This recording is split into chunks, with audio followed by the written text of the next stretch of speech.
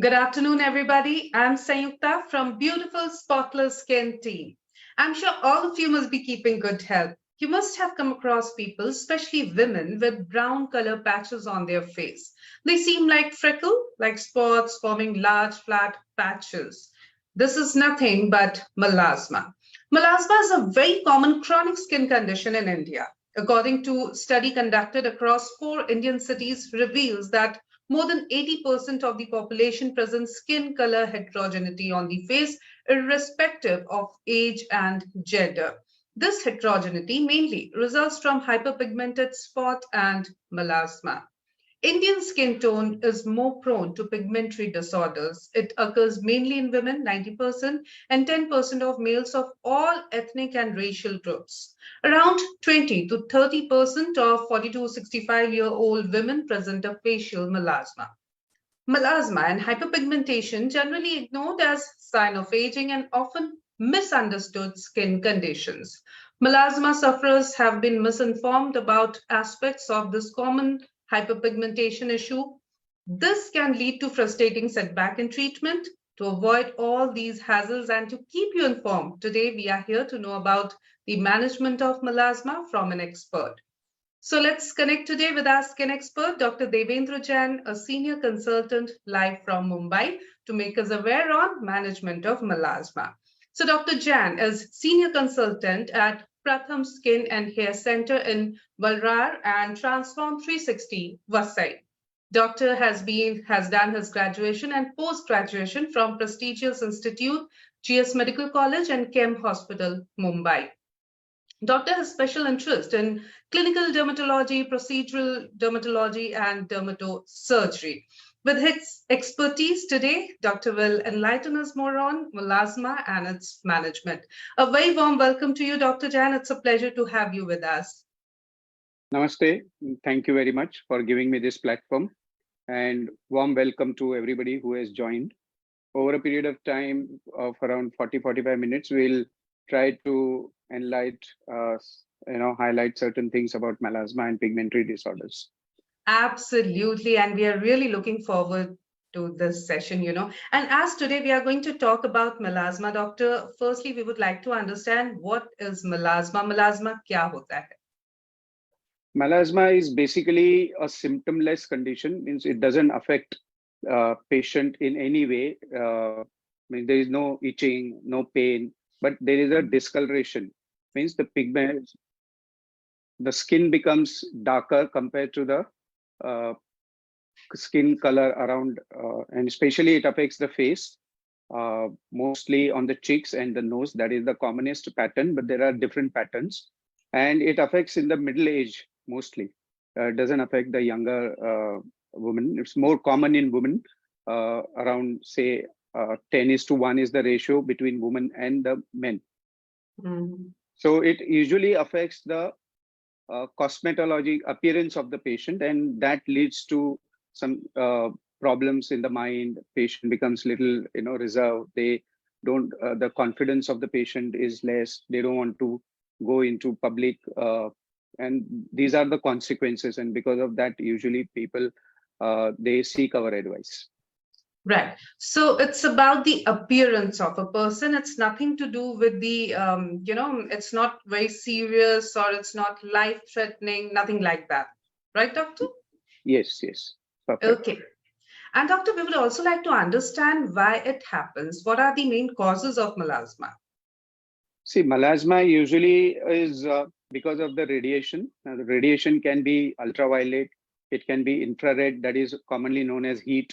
Then it can be even visible light, prolonged exposure. Even nowadays, the type of work culture which we are getting after the COVID is too much time on blue light.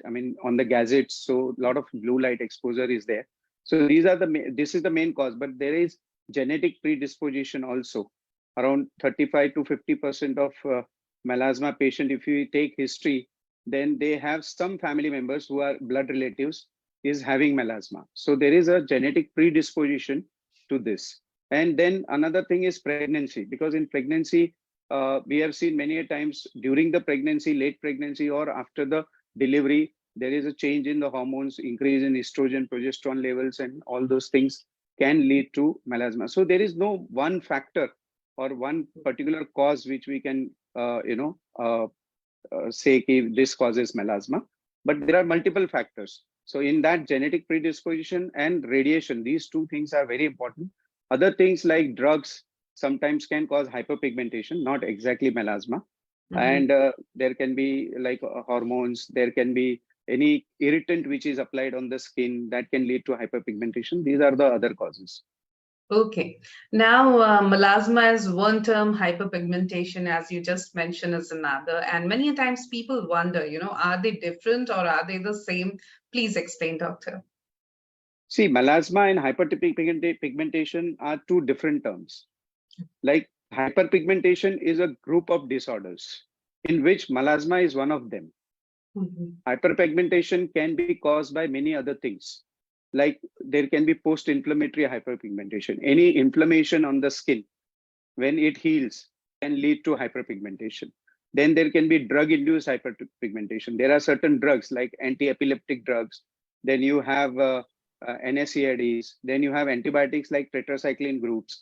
Okay, so these can lead to hyperpigmentation. There are certain other clinical diseases which can cause hyperpigmentation, like lichen planus chronicus. Then there is lichen planus pigmentosus. Then actinic lichen planus, which is usually present in the sun exposed areas. So it can be on the face also. Then there can be certain cosmetics which are used on the face or on the body, and it irritates the skin, can lead to hyperpigmentation. So there are many other causes of hyperpigmentation, like we call fever. Bukhar aaya hai. Lekin bukhar is a general term, right? But there can be many causes of bukhar. It can be typhoid, it can be malaria, it can be dengue, it can be normal viral fever, it can be COVID. So like that, hyperpigmentation is a group of disorders in which melasma is one of them. Right. Okay, doctor. And doctor, what are the signs of melasma, and when can we understand, okay, now we are having melasma or hyperpigmentation? Because maybe initially, it's not easy to differentiate whether it's melasma or hyperpigmentation. So how, as a layman, I'm supposed to know that, okay, I'm getting the hyperpigmentation or melasma? What are the signs? See, as I said, in melasma, there is no symptom. Patient doesn't feel anything. Okay, they don't have any itching, they don't have any pain, there is no redness.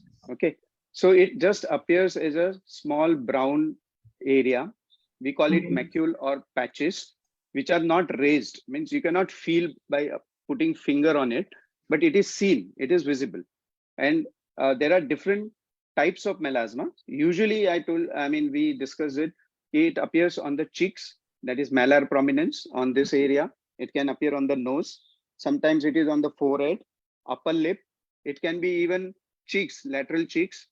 Okay. Sometimes it can be on the neck also, and on the shoulder, which is seen in elderly people, mostly women above 50 years of age. So there are no symptoms. It is a little darker shade of the skin appearing as a patches on these areas, and that is known as melasma. Initially, it can be brown. Later on, it can become little darker if we don't manage it at time. Right. Doctor, we always say prevention is always better than cure. Any way to prevent melasma? Unfortunately, there is no way of preventing melasma, because we said that 35 to 50 people, 50% of the population who get melasma has a genetic predisposition. Right. Second thing is, in women, when there is a pregnancy, we cannot prevent pregnancy. Then during pregnancy, whatever hormonal changes happen, estrogen, progesterone, they are bound to happen. So there has a possibility of getting melasma. Okay, what are in our hands is, like, suppose you have that genetic predisposition, anybody in your family is having melasma, okay, usually the blood relatives, then you can take certain precautions, like using sun protection, not only during the UV exposure, but even during, we said about visible light, even infrared, that is heat. When the woman is working in the kitchen near the gas, that heat can also cause, exacerbation of the melasma. Even Okay. the blue light, like the prolonged exposure to gadgets which emits the blue lights, like mobile, then your tablets, your laptops, your computers. So that time also you should wear sunscreens. Now there are sunscreens which are available, which are known as outdoor indoor sunscreens. So basically the concept earlier and the common, the conception is that you should wear sunscreen or apply sunscreen when you are out in the sun. So Right. that is not true nowadays. The new data Mhm. says even the indoor light, the visible light, the infrared, the blue light, which is emitted from the gadgets through to which majority of the population is exposed nowadays, there also you should wear sunscreen. So keep applying sunscreen. That is one. Then stressless life. You should not have stress. Good diet you should have, because sometimes vitamin B12 deficiency and other deficiencies can also exacerbate melasma. So you should have good lifestyle. That is also important. Good Mhm. rest, good sleep, meditation if possible. Avoid smoking and alcohol, and wear sunscreen throughout the day. Right. So sunscreen application is really important. And I think this is something that our viewers should understand. होता ये है और आजकल ये बहुत ज्यादा आम हो गया है कि we are working from home. So, we are working from inside our house, or we are not going out. Our exposure to the sun is almost zero. And it's winters. धूप है ही नहीं. So why should I use a sunscreen? But you have explained very well that why it's so important, because even the rays that are emitted through our gadgets or the LED lights, etc., are equally harmful. And even if we are working in the kitchen, the gas and everything, they are equally bad for our skin. So sunscreen is really important. Now the Right. question, One point I wanted to again highlight regarding yes. sunscreen using outdoor. Many people, they think when sun is not visible or they are Mm, traveling in some vehicle, they are not mm, directly exposed to sunscreen. Then they say, "Okay, we are not exposed to sun." right. Suppose there is a cloudy season, it is Mm, raining, okay, or suppose they are traveling in rickshaw, car, bus, whatever. So that time also there is an indirect light exposure, the light which is reflected from the surface, mm, that also affects. So you have to wear sunscreen irrespective of the weather, between 8 a.m. to around at least 5:30 when you are out. And we, as mm. mentioned, even when you are indoor, you should wear sunscreen. Yeah. Right. And we often hear that reapplication and applying sunscreen before like 15, 20 minutes before you are moving out is also important. So we would like you to shed more light on that as well, the application part. Yeah, there are actually two types of sunscreen. One is pure physical sunscreen, and there is Mhm. a chemical sunscreen, and there are combination of physical and chemical sunscreen. So usually when you are applying pure physical sunscreen, it does not require any time gap between the exposure and application. You can apply the sunscreen and immediately move out because it's a physical blocker. And Mhm. the duration of the effect lasts longer in physical sunscreen compared to a Mhm. chemical sunscreen. Uh, Again, it depends on how much you are perspiring, how the weather is. If you are perspiring too much, then the Mhm. sunscreen is washed off very frequently. So you may have to apply frequently. But if you are using conventional sunscreen, which is having chemical ingredients into it, then ideally it should be applied every 2 hourly if you are exposed to sun. So Okay. it should be applied 15 to 20 minutes before exposure to sunlight, and every hourly at least. You can Mhm. apply sometimes more frequently if I told you if the perspiration is more, or the person has gone for swimming, say. So Mhm. during swimming, it affects the effect lasts only for 50 minutes, most Mhm. of the sunscreens. Okay, right.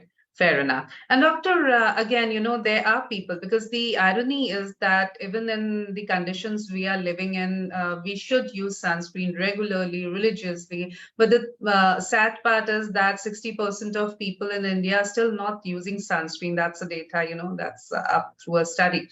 Now, the complaints or excuses they use mostly are like, I get a very, I get dullness on my skin, or my skin becomes very oily when I use sunscreen, or I get that white cast, or I have acne, why should I use sunscreen, or I have a oily skin, why should I use sunscreen, so on and so forth. How would you like to address all these complaints, excuses So regarding sunscreen?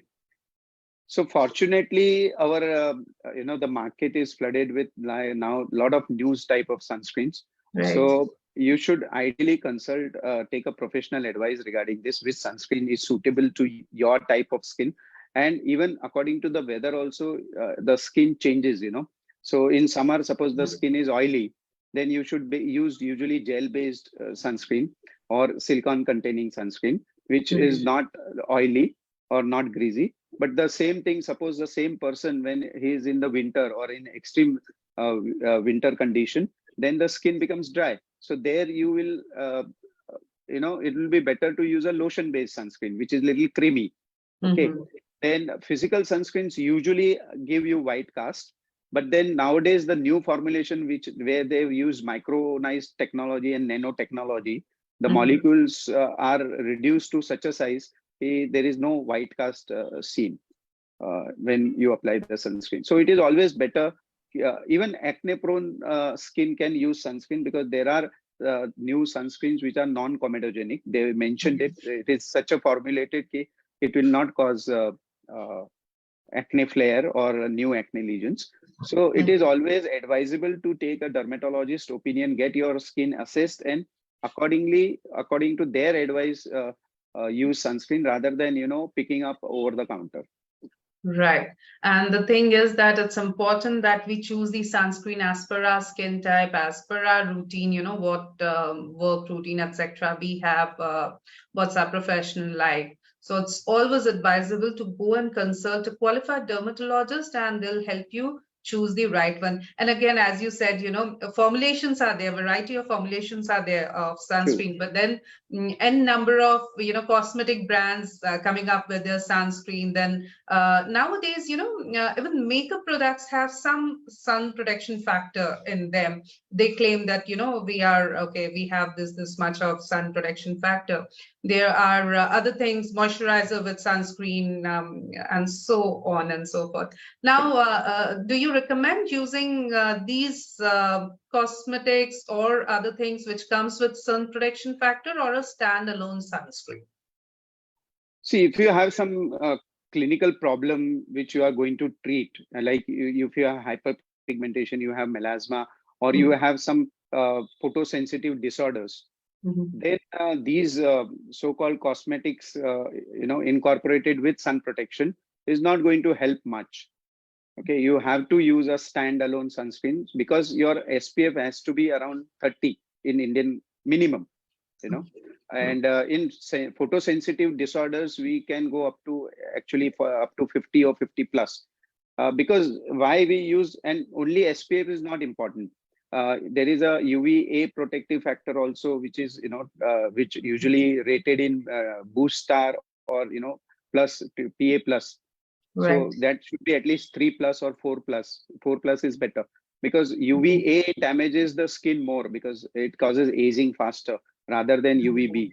UVB will cause you only pigmentation disorder, but UVA will cause you, damage to the collagen and early wrinkling and early aging.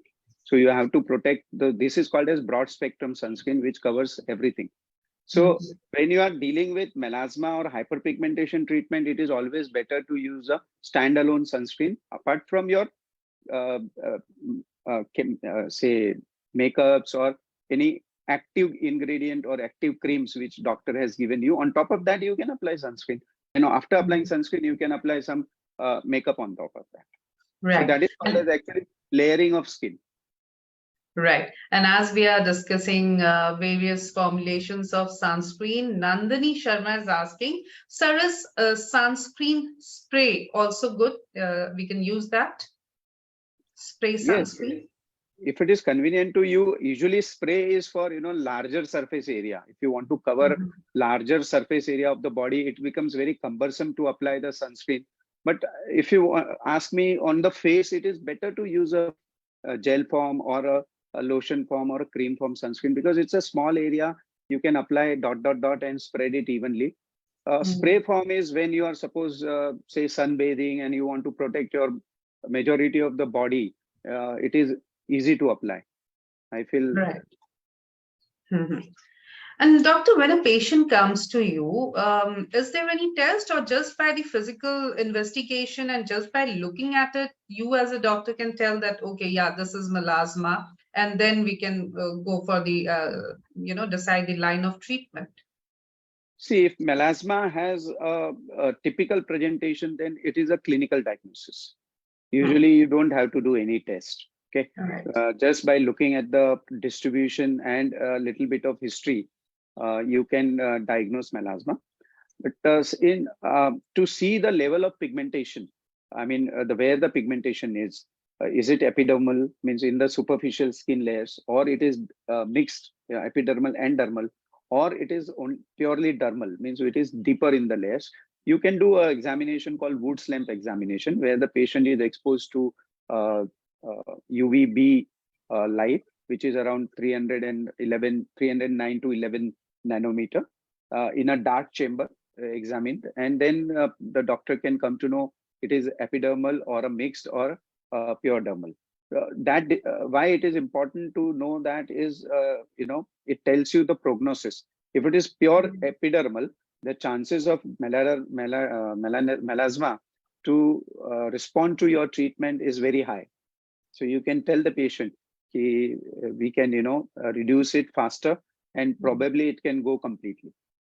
But unfortunately, the most of the melasmas are mixed melasmas. It has a dermal component always. So when there is a mixed melasma, the outcome is not that good, because epidermal will improve, but the dermal component will remain. So it will become lighter. And if it is pure dermal, then it is still more difficult to treat by conventional methods. Okay. So, and in very rare condition, in very rare situations, rather, I can say, you may have to do a biopsy to rule out some other conditions, which mimic like melasma. So it's a simple procedure, office procedure. A small, local anesthesia is given to the area from where the biopsy is taken, and it's a punch biopsy around 2.5, even 2 millimeter on the face. Usually, we don't want to give any scar, so we take a 2 biopsy and send it for the histopathology to rule out any other skin conditions which are mimicking like melasma. So there are certain conditions like lichen planus pigmentosus is one. Second is actinic lichen planus, which is another one. Then there can be drug-induced pigmentation, as we mentioned, the drugs which can cause pigmentation. Then there are certain nevi, horis nevus, and which are present from birth usually. But on history also, you can actually diagnose certain things. But in certain very rare situation, I don't know, in my clinical practice, I have done any time biopsy to, confirm melasma. So it is a very rare, mostly it is a theoretical thing. So the diagnosis is mostly clinical. And as you have mentioned the term biopsy, we have a viewer, Raghav Raj, who's asking, can melasma cause cancer? Never. Okay. No. Hmm. It's That a was, melasma yeah. can never cause cancer. Okay. In fact, Indian skin is more, immune for skin cancer, because we are having a little, pigmented skin, type 3, type 4, going up to type 5. So the Right. more pigment in the skin, less chances of getting cancer. The type 1 skin, which is like European skin, they are more prone. That's why they go for tanning. Right. Yes. Yes. And doctor, now we would like to talk about the treatment options available for melasma. Treatment is actually, again, depends on after clinical evaluation, history taking, what the patient has already used, because many a times they reach to, at least in Indian scenario, many a times they come to dermatology, they have tried all these nana nani ka Right. nuksa, dada dadi, their friends' suggestions, home remedies, over-the-counter Yes. products. They go to chemist and use certain creams, which is very, very harmful. So this is a red flag here. He never go to a chemist and use any, whitening cream, so-called, they give, because it contains steroids and other harmful ingredients, which if used for a prolonged time can in fact damage your skin more rather than, improving. There may be a little improvement seen in initial phases, and because of that, patient becomes emboldened and they feel happy it is improving, and they keep on using, and then that skin gets damaged, and then it's very difficult to bring back the skin to normal, and takes a lot of time. It requires a lot of explanation to the patient, and there can be melasma rebound, which is more, you can say, darker than the initial phase was. Okay. So treatment usually is topical treatments, which comes in form of creams, which are used as there are multiple demelanizing agents which are used. Commonest are like hydroquinone. Then you have tretinoin, azelaic acid. Then you have soybean extracts. You have niacinamide. Okay, so according to the condition of the patient, the ease of the doctor's experience, what they have got results with, they give you this. And most important thing is for the patient is to protect themselves from irradiation, that is radiation. So throughout the day, they have to use sunscreen. Don't use anything which irritates your skin. Okay. Any product which irritates your skin, it can be face wash, it can be some cosmetics or some your makeup. This thing will create more hyperpigmentation. It can worsen the melasma. If there are some drugs they are taking, which can exacerbate the pigmentation, then that should also be avoided. Like commonest is in women is OC pills. If they are on any anti-epileptic drugs which are known to exacerbate, then that should be replaced in consultation with the treating neurologist to change the molecule. Then you can avoid certain drugs like tetracyclines and, so these are the things. Mainly, then if they don't respond to first line of treatment, this is called as first line of treatment, and patient wants little more, then we can go to chemical peels. So there are, different peels are available nowadays, which contains alpha hydroxy acids and beta hydroxy acid. You can do either plain alpha hydroxy acid like glycolic acid peels. You can do combination peels like, combined with salicylic acid. You can do sequential peels like sometimes first say alpha hydroxy acid, in next sitting you can do beta hydroxy acid. Basically these peels, what they do is they exfoliate the skin, and then the penetration of the active ingredient which we give is better. So you get better outcome. After that, the reserve treatments are light-based treatments in which you can use IPL or you can use Q-switch NDI lasers. But they are usually last resort, and they are what you call is double sword. It has to be used very, very judiciously because it can backfire sometimes, especially in Indian skin, because our skin is, has a tendency to hyperpigment. Right. Very well said. And Doctor, as you mentioned before, that normally people, after seeing any kind of abnormality on their skin or scalp, they'll first go run into their kitchen to get some quick fixes, dadi nani ke nuskhe, home remedies. Then they'll consult their friends or family, take their prescription, go to the chemist and take over-the-counter medication, or directly go to the chemist and they'll say that bhaiya pigmentation ho raha hai, kuch de dijiye lagane ke liye. And when you ask them that why are you not going to a qualified dermatologist, normally their excuse is wo steroids se denge. And they don't even know what they are using by through over-the-counter medication or so many other things. Now I'm sure you get n number of patients who have gone through the same phase. What's your take on that? Though you have already explained it, but focusing on this particular part, how home remedy or over-the-counter medication can actually spoil our skin. The list what you enumerated, I will add one more thing now in that. The social media influencer. Right. Yes. That is a new trend nowadays. Right. Agree. Yeah. So because nowadays people are more on the digital platform, they don't ask now that dadi, nani or friends, because they are not in communication. They go by influencers ka nuskha. Yes. Right. So it is very, very dangerous and harmful for themselves, actually, So rather than doing any good, they are basically damaging their skin, making the problem more worse and, less treatable. Because when they damage their skin and then they go to the finally land up at the dermatologist door, they have to first, correct the damaged skin. So it takes that much time. And then, as I told you many a times, these over-the-counter products and all these contains a lot of steroids. Then there is a high concentration of hydroquinone sometimes, and everything has a limit to use. Now, patient doesn't know how long it has to be used. See, steroids are also useful, but the way of using it is also important. Right. And Right. what concentration, which molecule, up to what time, and how to taper it down, how long it should be given, when it should be reduced, and when it should be substituted with something else. This nobody knows. Neither the chemist knows, nor the patient knows. It is only the qualified dermatologist who knows. So what they do is, when they see the result initially, they fell in love with that and they keep on using. तो जैसे कहते हैं ना कि अगर घर का बनाया हुआ खाना भी आपके माँ के हाथ का ज्यादा खा लिया आपने, तो दूसरे दिन पेट में गड़बड़ हो जाती है. Right. जब खाने से आपको साइड इफेक्ट हो सकता है. So these are all medicines, they are drugs. Okay, maybe they are even applying on the locally, but then also it causes problem. So as we discussed earlier also, any inflammation caused on the skin because of, say, even irritation will lead to more hyperpigmentation. That is one thing. Steroid, strong steroid used over a period of prolonged time can cause skin damage like thinning of the skin. Okay, the local immunity can go away.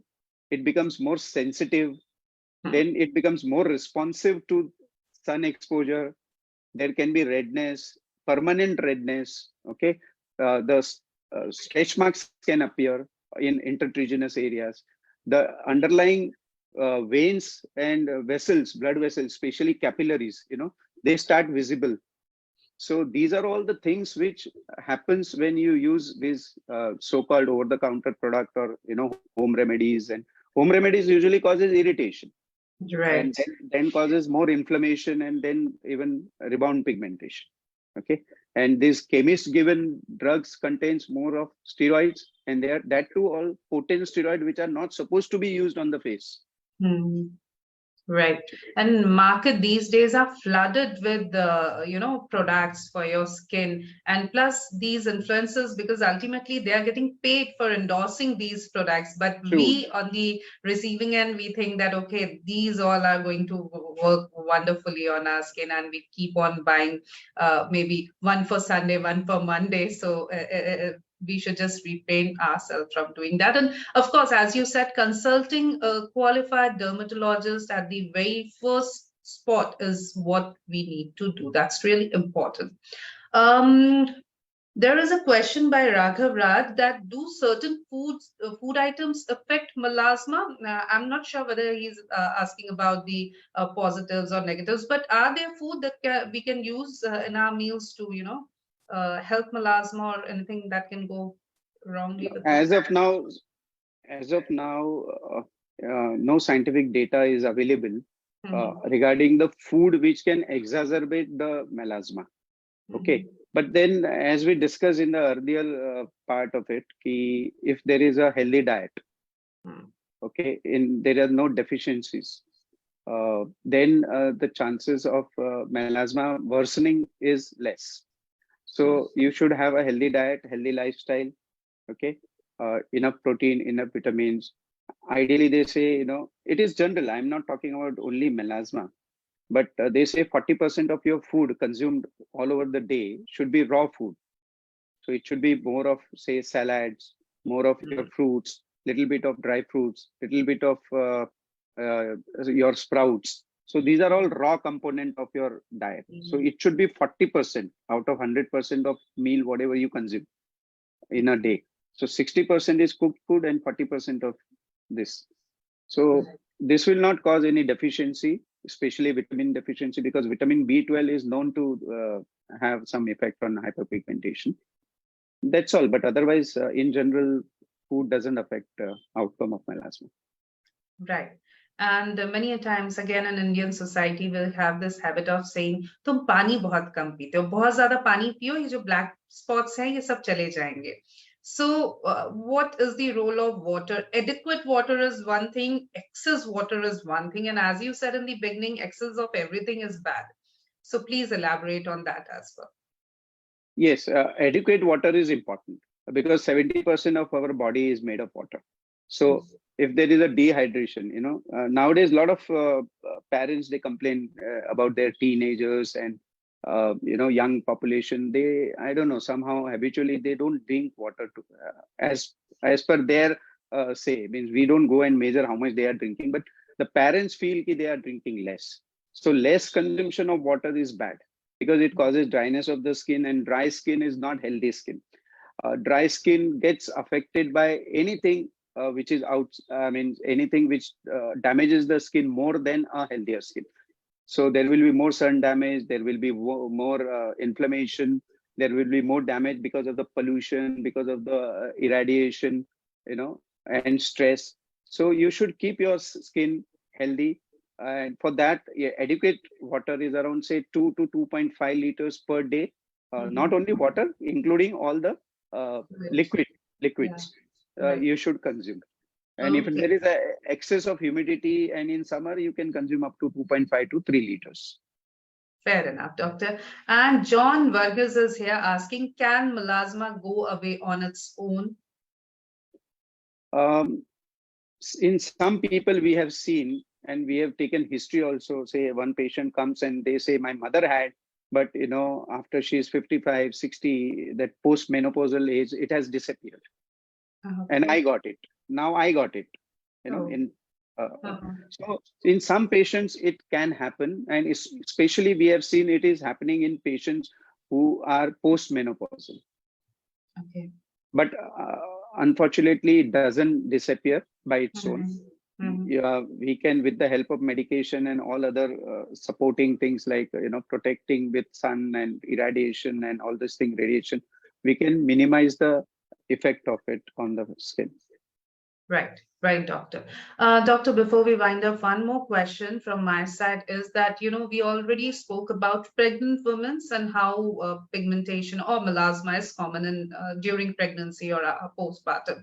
The thing is that during pregnancy, or if a mother is feeding her baby, or, she's lactating, in that case, we avoid certain medications, even topical application of many creams, etc. is not for them.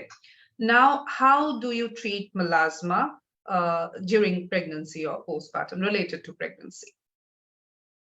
During pregnancy, there are certain molecules which are safer to use. Like topically, you can use azelaic acid, which is safe. You can use physical sunscreens, which are safe. Okay. Right. So sunscreen containing only zinc oxide and titanium dioxide can be used. Okay, which doesn't contain any chemical. And azelaic acid is safe. Tretinoin should be avoided. Hydroquinone should be avoided. Okay. Mild steroid can be used for a limited period of time. Topical mild steroid. And during pregnancy, I think that's all. Oral medication is of no is out it's out of question. And yeah. The bottom line is that if a woman is in her pregnancy, or she is lactating, she should not go for over-the-counter medication in case she is having melasma. Please go and consult a qualified dermatologist. That's really important for you, right? Absolutely true, because this over-the-counter medication usually contains hydroquinone, tretinoin, very strong steroid combinations. And as I said, hydroquinone and tretinoin should not be used during lactation and during pregnancy. So, and the patient doesn't know what does it contain. Actually the psyche is, I don't know how it works. When they come to dermatologists and you prescribe something, then the first question is, does it have any side effect? Right. Now, I wonder sometimes the patient has not come for side effect, neither the doctor has given for side effect. That is a rare thing which can happen.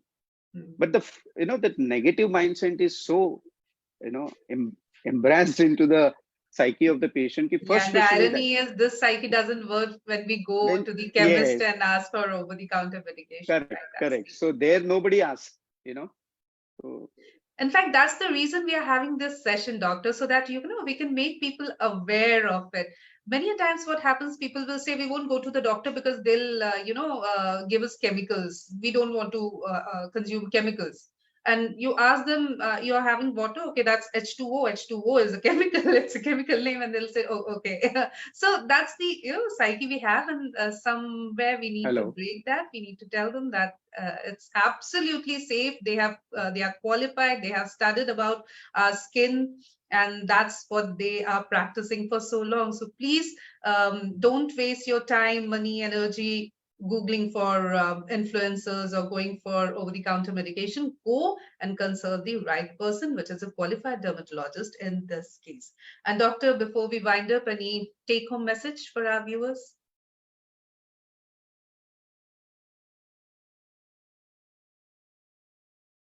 Doctor, are you there?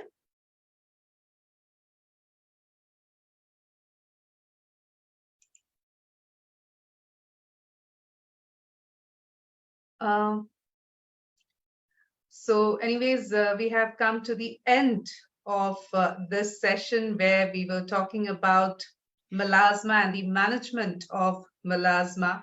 And Dr. Devendra Jain has explained us so well how to take care of our skin and how sunscreen, etc., is so important. I think we have lost him due to some network issue, but that's all right. We have already sum up the whole session. I think Dr. Jain is back with us. So, Dr. Jain, we are at the conclusion part of the session. Any take-home message for our viewers from your side? Yeah, the take-home message is first is take care of your skin. That's very important because they say skin is the largest organ of the body, and it actually mirrors the internal health of your whole body. So it's a mirror. So keep skin healthy. That is one. Second, at any first instance of noticing anything over the skin, you should consult a qualified dermatologist near you. Okay. Refrain from taking any advice from non-medicos. Even I will say it is better to go to a dermatologist for skin problems, because when we are doing even MBBS, we are not exposed to skin as a subject. So most of the even MBBS, even those who are in other specialty or even super specialties, they are not aware much about the dermat condition and dermat, that's all. And never usually go for all these home remedies and over-the-counter products. So big no. So, and this latest phase so-called social influencer, as you rightly said, they are there because they are paid money by the manufacturer of the product. So, and they have not analyzed your skin. That product they are promoting for general population. When you go to a professional advice, they analyze your skin, and what is best for you is given. It is tailor-made. It is customized for you. So that is the most important. Right. Thank you so very much, Dr. Devendra Jain, for your valuable time. It has been a very informative session for our viewers. It was wonderful hearing you. We really look forward for many more such sessions on various topics for our viewers in coming times. Thank you so very much.